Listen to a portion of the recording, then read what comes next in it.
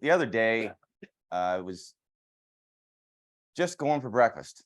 An opportunity came about, and opportunities are there without you even knowing. You're not looking for the opportunity, and I think that's a lot of people are struggling with when they're trying to bring Ephraim out there.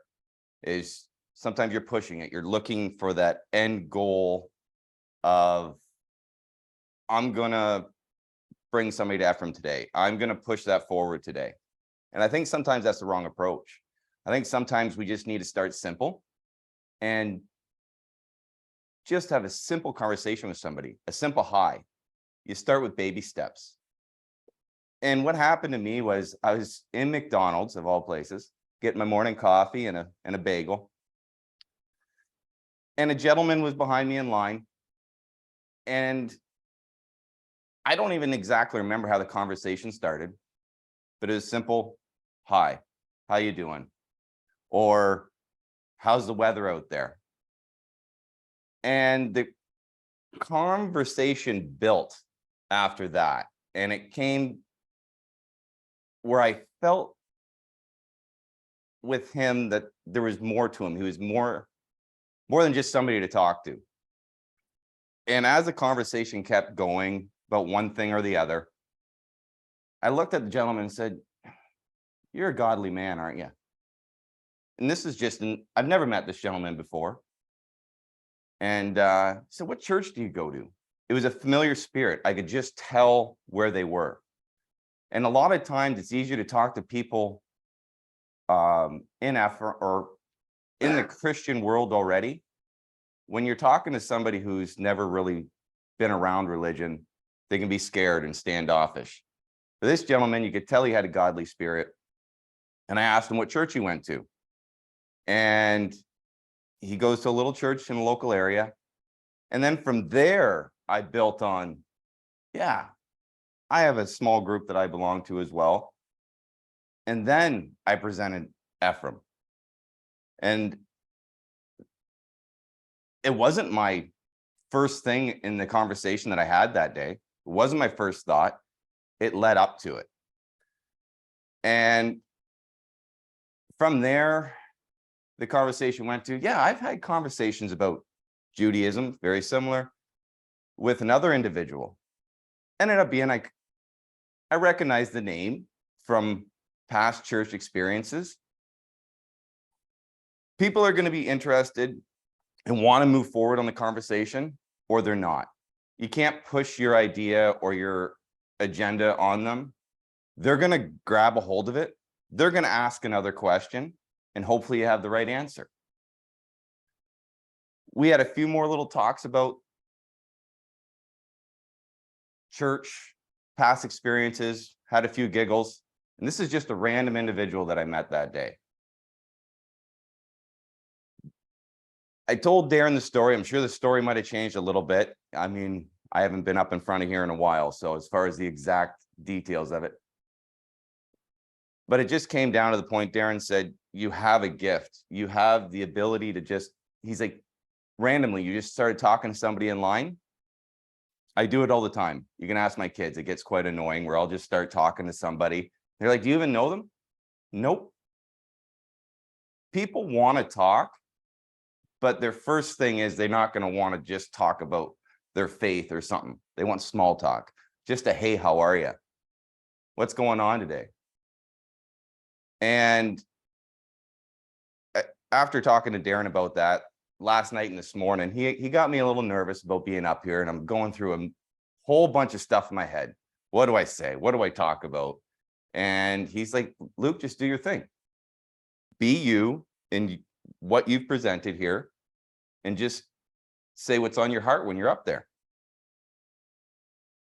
And with trying to get the word of Ephraim out there, I realized I'm not always pushing it. I'm not striving for it. But when the opportunity arises, you got to take advantage of it. You can't be scared or worried about bringing up the word. And I just really was thinking this morning, it's like, what do I need to do here? What am I going to say to people? And for most people here, they're nervous talking. I'm nervous up here. I've been up here for a couple minutes now. I'm still nervous. So imagine talking to a random stranger and you're going, how in the world am I going to present myself? You're not presenting Ephraim. You're just presenting yourself to them. And you go through your steps. Like I said, you're going to be baby steps. Don't just shoot for the hills and say, I'm going to save somebody today. You'll probably fail. Go with, I'm going to have a conversation with a random person today and see where it goes. Some people are very, very, very nervous. And I got thinking, where can somebody really just talk to somebody and not have any concerns or worries, or kind of a practice model, right? And myself, I've randomly talked to people, like I said, all over. But what about respecting our elders? I got thinking about that. You know how many people just want to talk who are in old age homes? They just need somebody to talk to. Respecting your elders. They're lonely. It's a great opportunity to just volunteer your time for number one, and then think of it as not even a practice model, but yeah, it's a practice model. And they just want to talk. And maybe you end up reading the Bible to them while you're there. And then from there, they might tell their grandkids or their kids that this really nice person just came in today and read to me. It's moved forward. They're going to hear about it. And I don't know, Darren, I wasn't sure what I was going to talk about or how long you want me to talk, or if there's anything that you remember from our conversation that you want me to move forward on. Oh, sorry, brother. Well, I like how you brought it forward, Luke, and you brought it to the point in time also where, you got talking with that gentleman about, the church that he went to, and then the association and all that, and how it came back around. And it comes out that this guy, like, he knows our family. Yeah. So, and it's a small world, but you randomly didn't even know him. But, I'm listening to Luke, and, even when I was sitting with him the other day, we were sitting in the truck, and it just rolls through my head. I'm like, man, the different fruits that went through that, and the act of kindness, which is a fruit. And then you sit there and you talk about discernment, and I thought that was a great discernment. And then obviously you brought up familiar spirits, and I think you probably see it on the first page here somewhere, or the second page, because we're going to touch on some of that as we get going today. But he had a good, kind spirit as well, like a godly man, like you were saying. So maybe you could talk about that and how that discernment and stuff like that went into it a little bit, because that is a gift itself that's going to be necessary in these times to come, to be able to find your kindred, also find your adversaries, which we're talking about a little bit that in a little bit here too. So yeah. So a little bit of what I guess he's saying is, read your crowd, read your environment. If you have a group of people, they're whatever, let's just say partying, maybe not the right environment.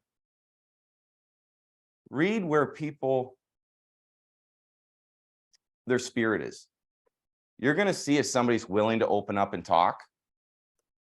And you might only say one word to them, but they might think about it for a day or two. Maybe they have a Bible at home, and you didn't even mention the Bible, but you're just a kind person. But you're going to learn to read people and see how far that conversation can go.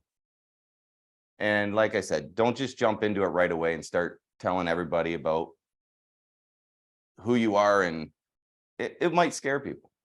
Build on it, baby steps, and I think you'll find success with it.